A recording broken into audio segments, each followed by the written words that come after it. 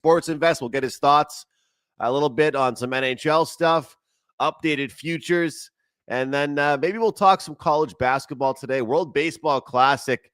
I don't even know if we can compare it to the World Hockey, but what is this, Grand Slam in the second inning here, Jeff? Well, let's bring him in. Jeff, happy Friday to you. How are you? I'm doing well. How are you? Not too bad. Better, as good as I can be. As good as I can be. It almost made me sick looking at moneypuck.com yesterday after finding out that Vasilevsky and Hellebuck decided to go back to their old form, and an offside took away a possible over from me. Watching these offside challenges, it's so frustrating because you already know the second that you watch the review happen, you know what the right to call should be. And then you just get mad at the skater. I'm like, why didn't he wait one more second to go in the zone? One more second before you go in the zone there.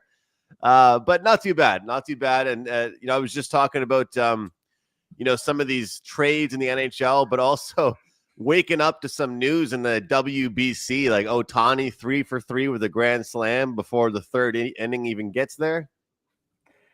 You talk about hockey, and I was on the right side. When you wish some of this stuff in, it comes in. But usually when you wish and you wish, it doesn't, and then you drop off. I was on the Preds last weekend, back-to-back games. They lose. In come the Bruins.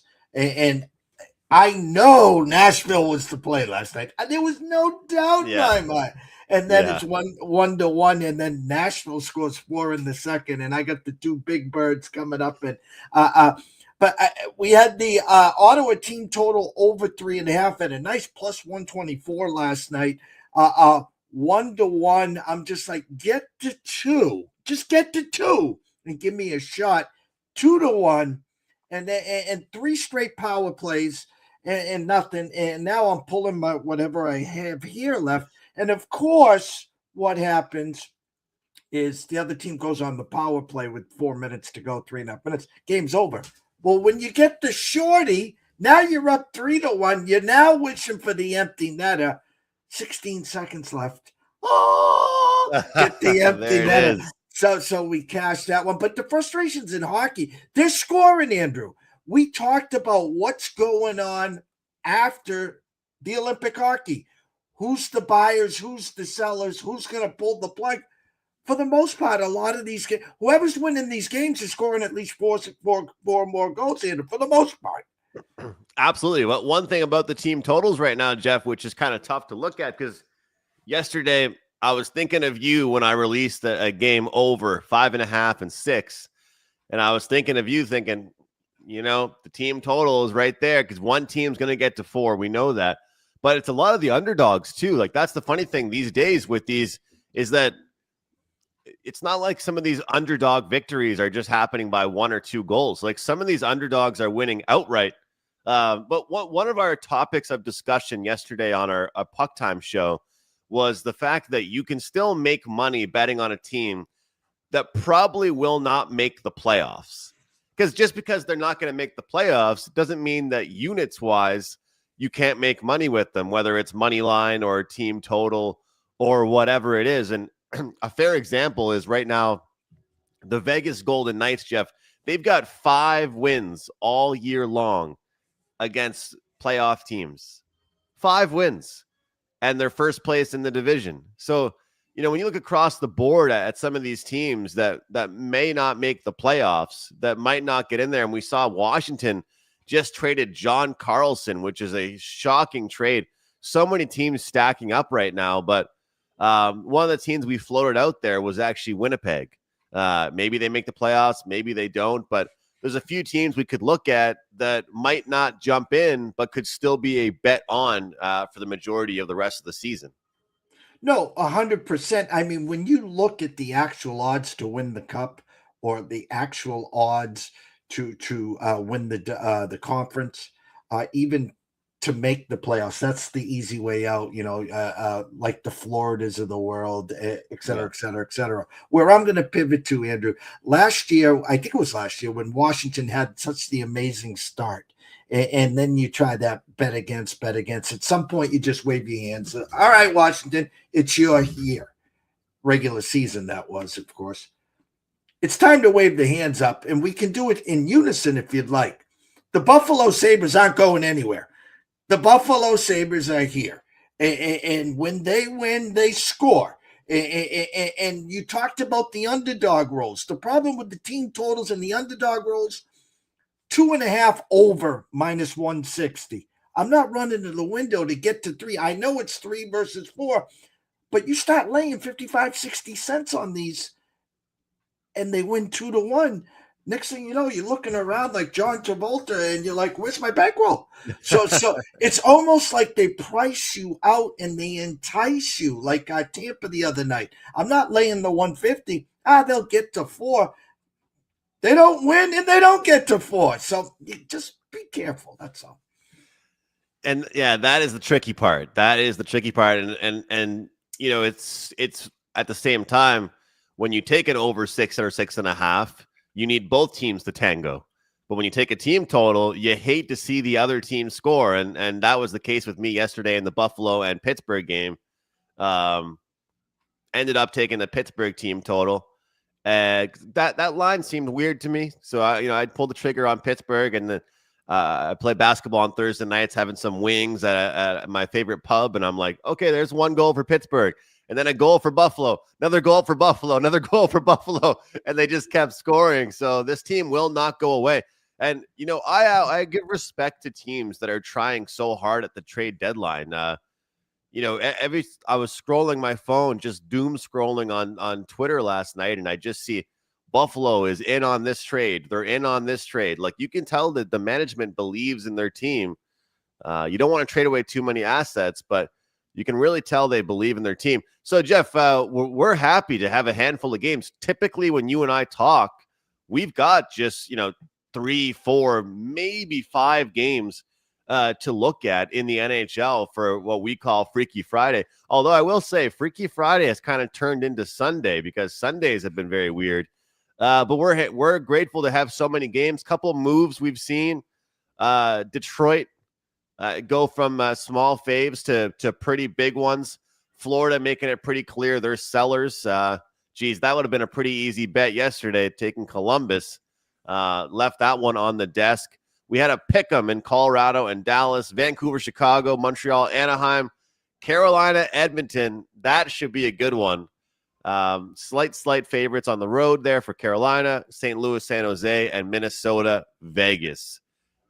That last one's going to be interesting because Vegas has not been playing up to their means. Now they got to play against Minnesota. What does the board say to you here? Well, I do want to go to, again, I'm not a big over 6.5, and I got bit in the ass 2 nights ago. Anaheim scores 5 and the Islanders score 1. So I feel your pain with the Pittsburgh there. I love this board here today. Just looking at Detroit supposed to win. Florida is sent packing. Colorado at Dallas. Listen, maybe November, December, Colorado should be favored. I'm kind of surprised. They're almost begging us to take Dallas money here. Montreal, Anaheim. Again, it looks like an over to me. It looks like an over, but that's 6.5, as you said, takes 2 to tango. Carolina, Edmonton.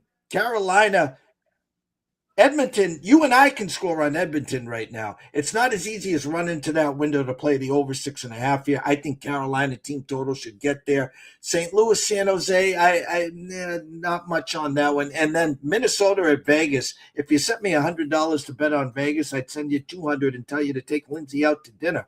But again, I'll be looking at the Minnesota team total here. I think they give us a few opportunities on Freaky Friday, Andrew, and such a great NHL board here. They really are, and I love that last ending there for you because you know what I call that game, Jeff? I call that a watching game. That's what I call that's a late night. The girlfriend's probably packing it in, heading to bed, reading her book in bed, and I'm saying, I'm going to stay out and watch some TV, and I'll watch the Minnesota Wild play against the Vegas Golden Knights because I'm a hockey fan. I don't have to have action on all these games, and I do not think I'll have action on that game. It seems like a great game for watching. having said that, you know me, we'll see if the props end up getting there or a first period play or whatever. There's always a whole day to dissect a board. When it comes to looking at some of these teams that you know which direction they're going in, is it as easy, Jeff, as just fading the bad teams? Like, I'm sure you got a kick out of my message to you a couple days ago. I feel like I faded Vancouver for the first time all year, and it got a little sweaty, but it ended up working out.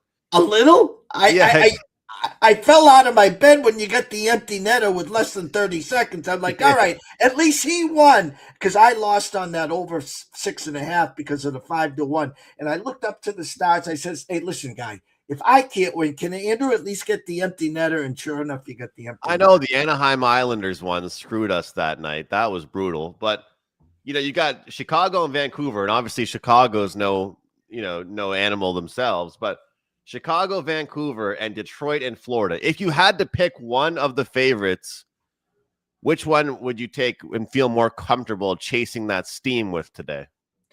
I'm looking at Detroit team total 3.5 under -140. So I can get Detroit to get to 4 plus 120. Chicago, Vancouver, every Friday night, especially every time I take their team total over, it's 2-1. And this is a Vancouver team, excuse me, that's given up goals left and right here. I'm going to do the easy way out here for everyone watching and listening. Chicago team total 3.5 juice under -137. So if you take Detroit team total over 3.5 plus 120, you take Chicago team total over 3.5 plus 117. If you get a split, at least you won 17 cents. So I'm going to go the easy way out there. It'll be a good one. I'll tell you, I think that looking at Florida, I mean, they're talking about trading Bobrovsky. And Jeff, how much would you and I laugh if they trade Bobrovsky to the Edmonton Oilers? I mean, that would go back to the Stanley Cup. So I want to get 2 minutes out of you of college basketball, but the next time we talk will be Tuesday on your channel. Updated odds. For some reason, Minnesota actually hasn't moved too much yet at DK in some of these spots. Here's the problem. Because of the stupid way that the schedule, the NHL is set up, the Stars and Minnesota Wild are going to play each other in the first round. I get it that no matter what, they're going to play each other at some point. That's the argument people make. But you work so hard all year, Jeff, only to have one of those two teams get off to Cancun after the first round. Minnesota 18-1, Dallas 15-1.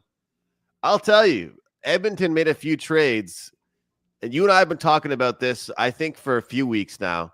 The Edmonton 13-1 is almost, to me, more intriguing than the Minnesota one, just because Minnesota has to go through Dallas. What futures stick out to you? Buffalo 25-1, Pittsburgh 60-1. Anything catch your eye here? We've got Anaheim Ducks here 60-1. They're locked in for a playoff spot. Last week on the alert, we gave out the Wild at 19-1. Listen, if I got to face Dallas has the home ice. I assume they'll be the favorite, right? So if I'm holding a Wild 19-1 and I get the Stars -165 to win the series, I can put a couple units on Dallas. Or how we get cute, you don't play it the first game, the Wild win. Now you got Dallas at plus money, down 0-1, so you can jump in. I'm on the Wild side at 19-1 right now. I like what they're doing. I listen, we've been beating up Dallas for long enough, just like we have Carolina. I think the East is a lot easier. I think it's a 2-horse race. I really do. I've seen it. I still think it's Tampa's to lose, and then that Carolina wins a couple rounds last year. Can they finally get past it? 2-horse race in the East. The Wild West. Listen, the defense, the Oilers, listen, 2 years in a row, it ain't happening. They're begging for Oiler money. It ain't happening this year, guys, unless they can pull a trigger. If they have a couple Bobrovsky, run to that window and go grab a future on the Oilers.